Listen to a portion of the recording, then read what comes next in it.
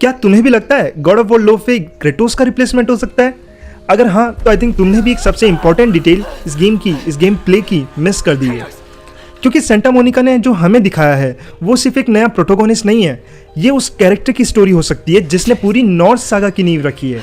और अगर ये सच है तो गॉड ऑफ वॉर लोफे सिर्फ एक नया गेम नहीं होगा, ये उस स्टोरी का पार्ट होगा जिसे हमने सालों से देखा लेकिन पूरी तरह समझ नहीं पाए।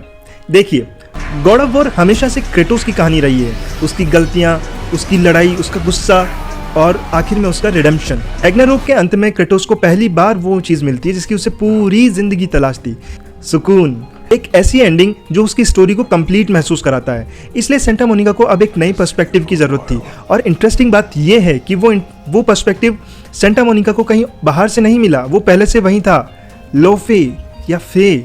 अब ज़रा सोचिए, पूरी नॉर्स सागा में सबसे इंपॉर्टेंट कैरेक्टर में से एक है फे, लेकिन फिर भी हमने उसे सबसे कम देखा। वहीं फे जिसने एट्रियस को लोकी का नाम दिया, वहीं फे जिसने जायंट्स की प्रोफेसी को समझा, वहीं फे जिसने क्रेटोस और एट्रियस को उस जर्नी पर भेजा जिसका रिजल्ट हमें एज ए रैग्नारोक गेम देखने को मिला। तो हमने अभी तक फे के डिसीजंस के रिजल्ट्स को देखा है, मगर उन डिसीजंस के पीछे की स्टोरी क्या थी वो अभी तक हमें नहीं पता थी। आई थिंक यही इस गेम की सबसे बड़ी स्ट्रेंथ होने वाली है, क्योंकि पहली बार हम गॉड ऑफ वॉर को क्रेटोस के पर्सपेक्टिव से नहीं बल्कि लोफे के पर्सपेक्टिव से देखने वाले हैं, और यहीं से सब कुछ बदल जाता है। क्रेटोस जहाँ भी जाता है उससे पहले उसकी पहचान वहाँ पहुँच जाती है, लोग उसकी कहानियाँ जानते हैं, लोग उससे डरते हैं। लेकिन लोफे का रोल बिल्कुल अलग है। वो जायंट्स के बीच में सम्मानित थी, उसका प्रभाव सिर्फ उसकी ताकत से नहीं बल्कि उसके डिसीजन से बनता है। इसका मतलब इस बार सिर्फ स्टोरी दुश्मन को हराने की नहीं हो सकती, ये रिलेशनशिप, मिस्ट्री, प्रोफेसी और डिफिकल्ट डिसीजंस की स्टोरी बन सकती है। लेकिन एक मिनट, अगर स्टोरी ही सब कुछ है तो गेम प्ले इतना डिफरेंट क्यों दिख रहा है? और यहीं पे चीज़ें और इंटरेस्टिंग हो जाती है। अगर आपने ट्रेलर ध्यान से देखा है तो लोफे का कॉम्बैट क्रेटोस के कॉम्बैट से काफ़ी अलग महसूस होता है। क्रेटोस एक पहाड़ की तरह लड़ता है, वो भारी है, वो ताकतवर है, वो सीधा लड़ाई करता है, लेकिन लोफे ज़्यादा तेज दिखाई देती है, वो ज़्यादा फुर्तीली है और ज़्यादा स्ट्रेटेजिक। और सच कहूँ तो ये होना ज़रूरी भी है।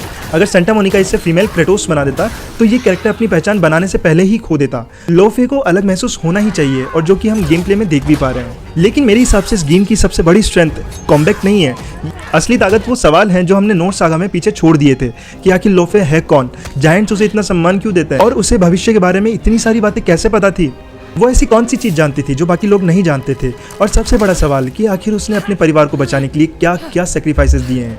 अगर आप गौर करेंगे तो पाएंगे कि नॉर्स सागा की लगभग हर बड़ी घटना लोफे के डिसीजन से जुड़ी हुई है। उसने रास्ता बनाया और घटनाओं को दिशा दी। उसने ऐसे डिसीजंस लिए जिसके रिजल्ट हमें पूरी नॉर्स सागा में देखने को मिलते हैं, लेकिन हमने उसकी तरफ से कभी कोई स्टोरी नहीं सुनी।